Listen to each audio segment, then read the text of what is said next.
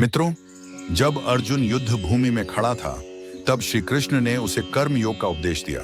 कृष्ण बोले, हे अर्जुन, तेरा अधिकार सिर्फ कर्म करने में है, फल पर नहीं।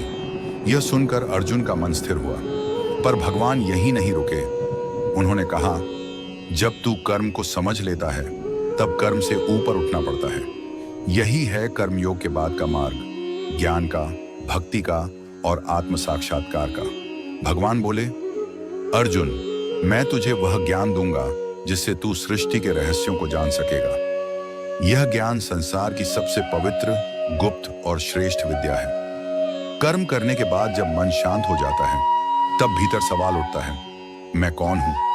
कौन मुझसे यह कर्म करा रहा है? और जब इंसान इस प्रश्न का उत्तर ढूंढता है, तब उसे ज्ञान योग की झलक मिलती है।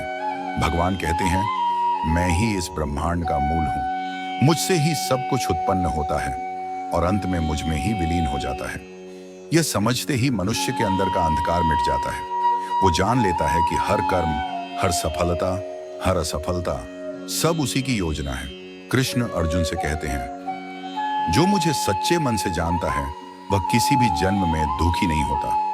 ज्ञान का मतलब सिर्फ किताबों का नहीं होता। ज्ञान मतलब वो जागरूकता, जहां इंसान समझता है कि जो कुछ हो रहा है वो मेरे भले के लिए हो रहा है। कभी हम मेहनत करते हैं लेकिन परिणाम नहीं मिलता, तब मन टूटता है। पर गीता कहती है, कभी मत सोचो कि भगवान ने तुम्हारे साथ अन्याय किया, वो बस तुम्हें और मजबूत बना रहा है। सच्चा ज्ञानी वही है जो कठिनाई में भी मुस्कुराता है, क्योंकि उसे पता है कृष्ण का हर खेल उसके विकास के लिए है। कर्म और ज्ञान के बाद आता है भक्ति। कृष्ण कहते हैं, जो मन से, प्रेम से, श्रद्धा से मुझे भजता है, मैं उसका भार स्वयं उठा लेता हूं। यहां भक्ति का मतलब सिर्फ मंदिर या पूजा नहीं है। भक्ति का मतलब है हर पल ईश्वर को याद रखना। जब तुम खाना खाते हो, काम करते हो, लोगों से बात करते हो, हर जगह भगवान को महसूस करो। जब कर्म ज्ञान से जुड़ता है और ज्ञान प्रेम में बदलता है, तभी जीवन का हर क्षण भक्ति बन जाता है। कृष्ण कहते हैं, जो मुझे समर्पित होकर भजता है, मैं उसे इस संसार के बंधनों से मुक्त कर देता हूं। इसका अर्थ है, जब तुम कर्म को, ज्ञान को और भक्ति को एक साथ अपनाते हो, तब तुम्हें कोई चीज बांध नहीं सकती। न भय, न असफलता, न लोभ, न मोह। तब तुम वही बन जाते हो जो गीता सिखाती है, एक सच्चा योगी जो भीतर से मुक्त है।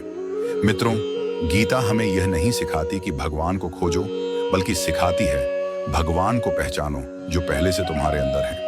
जब तुम कर्म कर रहे हो, ज्ञान से उसे समझ रहे हो और भक्ति से उसे स्वीकार रहे हो, तब तुम स्वयं कृष्ण के समान हो जाते हो।